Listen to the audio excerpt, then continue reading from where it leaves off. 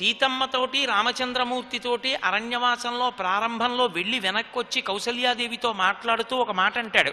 రాముడి గురించి చాలా చెప్పాడు, సీతమ్మ గురించి చెప్పలేదు. ఆమె బాధపడుతోంది, కష్టపడుతోంది, ఆ ముళ్ళల్లో నడుస్తోంది, సుకుమారి అన్న మాట చెప్పలేదు. ఎందుకు చెప్పలేదో తెలుసా? ఒక్కటే కారణం. ఏమంది సీత అని అడిగింది కౌసల్య. ఏదో చెప్పిందమ్మా, మర్చిపోయానన్నాడు. ఎందుకో తెలుసా? అది అత్తమామలకు ఉండవలసిన హృదయం.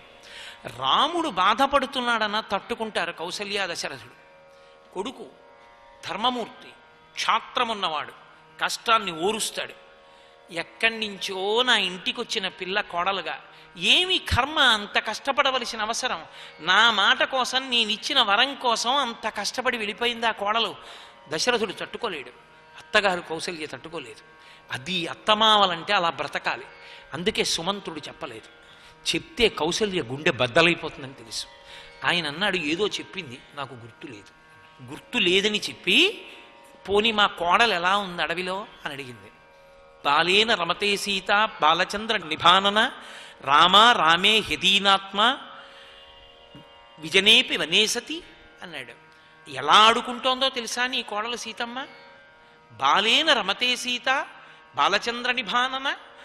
చిన్న పిల్ల ఉంటుంది, మీరు చూడండి, చిన్న పిల్లలు ఇంట్లో ఉంచారనుకోండి, వాళ్ళు ఏదో అలా గౌరవంగా పడి ఉంటారు. మహా అయితే ఏదో చదువుకుంటారు, లేకపోతే ఆ గదిలో నడుస్తారు, ఈ గదిలో నడుస్తారు, ఏదో కొద్దిగా పరిగెడతారు, ఆడుకుంటారు. అదే మీరు కార్తీక వన భోజనానికి ఒక తోటలోకి తీసుకెళ్లారనుకోండి, వాళ్ళు పలహారం తిందని రమ్మన్నా రారు, సంతోషంగా పిల్లలు ఆడుకుంటారు. పిల్లలకి తోట కనబడితే అంత సంతోషం ఆడుకుందామని. ఎందుకు ఆడుకుంటున్నారు వాళ్ళు? తోటలో పిల్లలంత సంతోషంగా ఆడుకుంటున్నారు కదా అని మీరు వనభోజనానికి తల్లి తండ్రి లేకుండా తీసుకెళ్లి పిల్లనొక్కదాన్ని మామిడి చెట్లు ఉన్న తోటలో వదిలేసి ఆడుకొని, నన్ను ఆడుకున్నావు కదా, సాయంకాలం వచ్చి తీసుకెళ్తానండి, బెంగ పెట్టుకుని ఏడుస్తూ నించుంటుంది, ఆడుకోదు. అమ్మా నాన్న ఉన్నారని తోటలో కూడా ఆడుకున్న పిల్లలా, పక్కన రాముడు ఉన్నాడని నీ కోడలు సీతమ్మ చిన్నపిల్లలా ఆడుకుంటోందమ్మా అరణ్యంలో. అది నీ కోడలు భక్తి నీ కొడుకు మీద, ఇంకింతకన్నా ఏం కావాలన్నాడు. పొంగిపోయింది కౌసల్య. నా కోడలు సంతోషంగా ఉంది. నిజం, 14 సంవత్సరాలలో నా తల్లి రాముణ్ణి ఇంత కష్టపడుతున్నానండి, ఇంత బాధపడుతున్నానండి అన్న సందర్భం ఒక్కట్లేదు. ఎన్ని చేసినా, గంధపు చెట్టుని నరికిన, కోసిన, కాల్తున్న, సువాసన ఇచ్చినట్టు ఆమె భర్తని మాత్రమే స్మరించి తప్ప అసలు ఆవిడ నోటి వెంట ఇంకొక మాట రాలేదు. అది అవగాహన అంటే, అది దాంపత్యం అంటే. కాబట్టి అటువంటి సీతమ్మ తల్లి నేను పుట్టింట్లో ఉన్నట్టు ఉంటానయా అంది. రామచంద్రమూర్తి అన్నారు, సీత నిజంగా నీ మనసు కష్టపెట్టాలని నేను అనలేదు, నిజంగా నిన్ను అంతఃపురంలో విడిచిపెట్టాలని కూడా నేను అనలేదు. నా ఉద్దేశ్యం అది కాదు. ఎందుకు అలా అన్నానో తెలుసా? తవ సర్వం అభిజ్ఞాయ, నీ అభిప్రాయం ఏమిటో నేను పూర్ణంగా తెలుసుకోకుండా నిన్ను నాతో తీసుకెడితే ఏమవుతుందో తెలుసా? నేను భర్తని కాబట్టి నా అధికారాన్ని చలాయించి నీ ఇష్టాయిష్టాలు తెలుసుకోకుండా బలవంతంగా నిన్ను కష్టపెట్టినట్టు అవుతుంది. అందుకే తవ సర్వమభిజ్ఞాయ అవిజ్ఞాయ శుభాననే వాసం న రోచయతే అరణ్యే శక్తిమానపి రక్షణే. నేను రక్షించలేక కాదు, నాకు ఆ శక్తి లేక కాదు, కానీ నీ అంత నీకుగా నాతో కలిసి అరణ్యానికైనా వచ్చేయాలనేటటువంటి పూనిక, ఆ సంతోషం నీకున్నాయో లేదో తెలుసుకోకుండా నేను వెడుతున్నాను కాబట్టి, మా నాన్నగారు చెప్పారు కాబట్టి, నువ్వు నా భార్యవి కాబట్టి నువ్వు కూడా వచ్చేయాలని బలవంతంగా నీ మీద కష్టాన్ని రుద్దడం నాకు ఇష్టం లేదు. ఒకవేళ నిజంగా నువ్వు అంతఃపురంలోనే ఉందామనుకుని ఉంటే, నేను ఆ మాట అనకుండా ఉంటే ఉండవని నేను పూర్తి స్వేచ్ఛనిచ్చాను.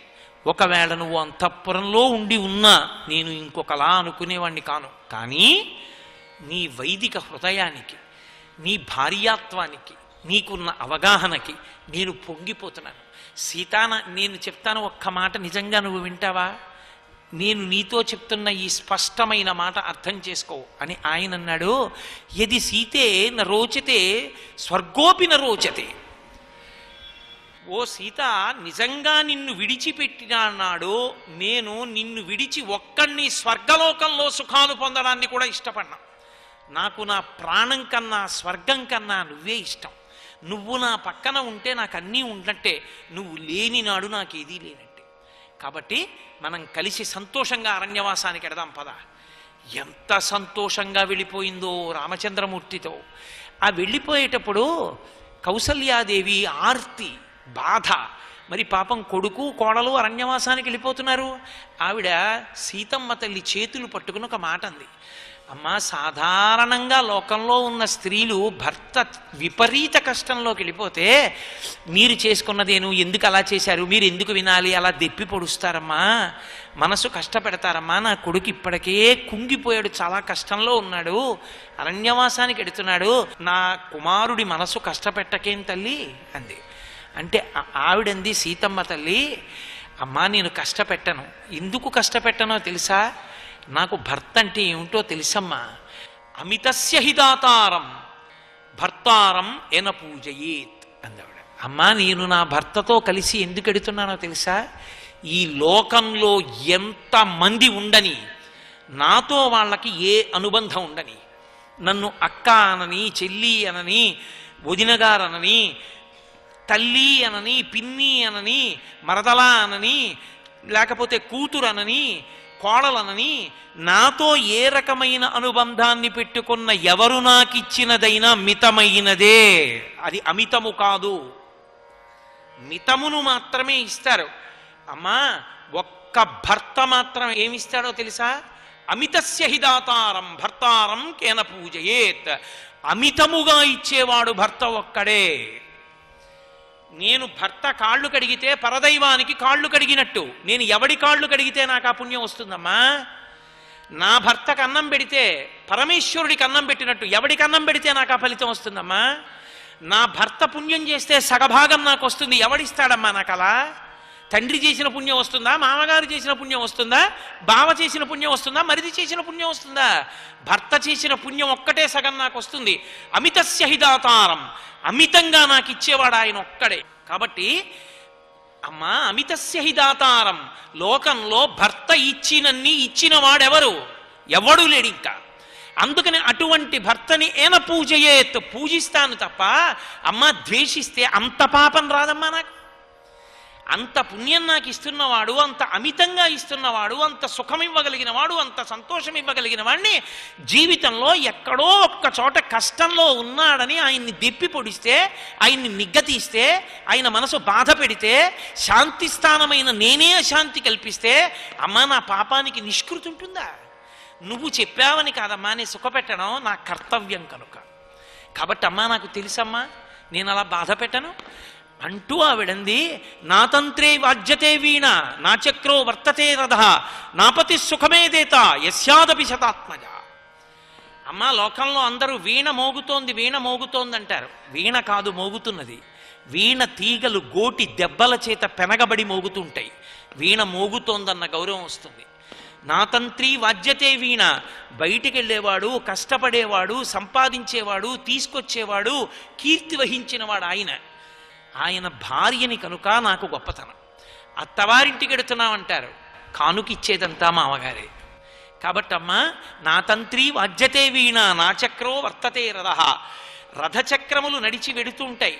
వెడుతున్నప్పుడు వేగంగా వెడితే దొంగలేస్తారు, గుద్దుకుని పైకి లేస్తుంటాయి, ముళ్ళ మీద నడుస్తాయి, రాళ్ల మీద నడుస్తాయి, అన్నిటి మీద నడుస్తాయమ్మా. కానీ రథం నడుస్తోందంటారు, రథచక్రాలు నడుస్తున్నాయి అనరు. కానీ రథచక్రములు నడవని నాడు రథం నడవదు, వీణ తీగ పెనగబడని నాడు వీణ మ్రోగదు. కష్టం తీగది, గౌరవం వీణది, కష్టం చక్రానిది, గౌరవం రథానిది. కానీ అలా విడదీసి చూడడం కుదరదు, రెండూ ఒక్కటై ఉంటాయి. రెండూ ఒకటే. చక్రము లేని రథము, రథము లేని చక్రము నిరుపయోగము, తీగ లేని వీణ, వీణ లేని తీగ నిరుపయోగము. ఈ రెండూ కలిసి ఉంటేనేనమ్మా సంతోషం నాకు తెలుసు. అమ్మా తీగతో కూడిన వీణ, చక్రంతో కూడిన రథం ఎంత గొప్పవో, భర్త పక్కన కూర్చున్న భార్య అంత పూర్ణురాలు. సర్వం శ్రీ ఉమామహేశ్వర పరబ్రహ్మార్పణమస్తు. స్వస్తి.